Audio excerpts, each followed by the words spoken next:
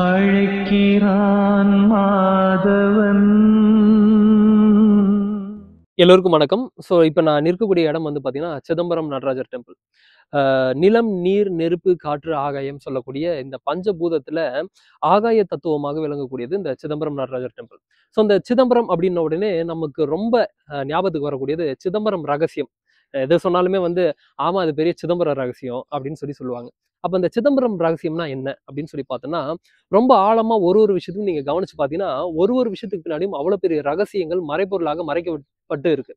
அப்போ இந்த சிதம்பரம் அப்படின்னக்கூடிய இந்த நேம்லயே வந்து பாத்தீங்கன்னா ஒரு மறைப்பொருளாக ஒரு விஷயம் சொல்லப்பட்டிருக்கு. சித் அப்படின்னு சொல்லக்கூடியது வந்து பாத்தீங்கன்னா கான்சியஸ்னஸ் அப்படின்னு சொல்லப்படுது. அதே மாதிரி அம்பரம் அப்படின்னு சொல்லக்கூடியது வந்து ஸ்பேஸ் அப்படின்னு சொல்லப்படுது. அப்போ த ஸ்பேஸ் ஆஃப் கான்சியஸ்னஸ் அப்படின்னு சொல்லக்கூடியது சிதம்பரம் அப்படின்னு சொல்றாங்க. அப்போ இந்த சிதம்பரம் அப்படின்றதுக்கு பின்னாடி நிறைய ரகசியங்கள் இருக்கு இல்லையா?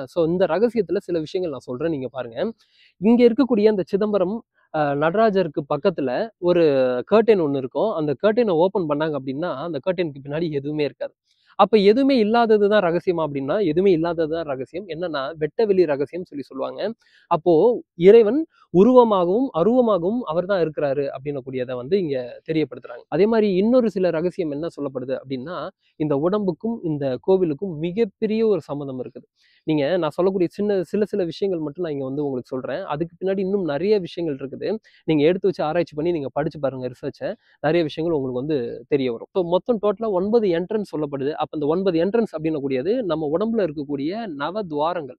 அப்போ 9 ஓட்டைகள்னு சொல்லப்படுறோம். அப்ப இந்த 9 ஓட்டைக்கும் இந்த நவதுவாரத்துக்கும் வந்து கம்பேர் பண்றாங்க. அதே மாதிரி வந்து பாத்தீங்கன்னா 21,600 ஓடுகள் வந்து பொன்னம்பல கூரையில அடிக்கப்பட்டிருக்கு. அது எங்க இருக்கு அப்படின்னு பாத்தீங்கன்னா, நடராஜர் சன்னதிக்கு மேல வந்து பாத்தீங்கன்னா கனக சபை மற்றும் வந்து பொன்னம்பலம் இந்த 2 கூரைகள் இருக்கும். அந்த பொன்னம்பல கூரையில வந்து 21,600 தங்க ஓடுகள் அடிக்கப்பட்டிருக்கு. அப்ப இந்த 21,600னா என்ன?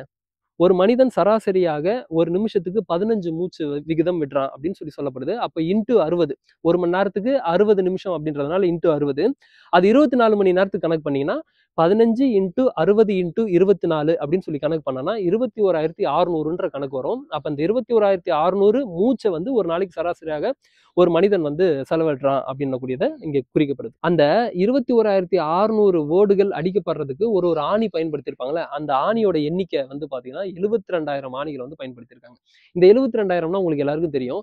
ஒரு மனிதனோட உடம்புல 72,000 நாடி நரம்புகள் சொல்லுவாங்க. அந்த நாடி நரம்புகளை குறிக்கக்கூடிய விதத்துல வந்து பாத்தீங்கன்னா 72,000 ஆணிகள் வந்து பயன்படுத்தப்பட்டிருக்கு. அப்போ இந்த உடம்புக்கும் இந்த கோவிலுக்கும் மிகப்பெரிய சம்பந்தம் இருக்கு. அந்த காலத்துல வந்து ஒரு விஷயத்த வந்து பண்ணி வச்சுட்டு போனாங்கன்னா அதுக்கு பின்னாடி பல காரணம் இருக்கு. நம்ம தெரியலன்றதுனால அது இல்லைன்னு சொல்லிட முடியாது.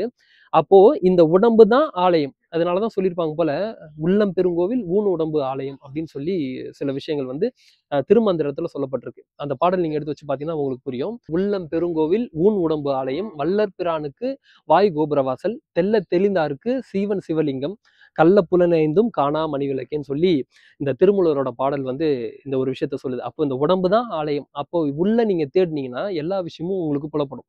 நீங்க எந்த ஒரு நூலுங்களை நீங்க எடுத்து வச்சு பாத்தீங்கன்னாலும் சொல்லப்பட்டிருக்கிறதுக்கு எல்லாத்துக்குமே வந்து பின்னாடி நீங்க இங்க இந்த கோவிலுக்கு வாங்க, அதை பண்ணுங்க, இதை பண்ணுங்கன்னு சொன்னதுக்கு பின்னாடி நிறைய விஷயங்கள் இருந்தாலும் இறைவன் எங்க இருக்கிறாரு அப்படின்னா உங்களுக்குள்ளதான் இருக்கிறாரு. இந்த உடம்பு தான் ஆலயம்.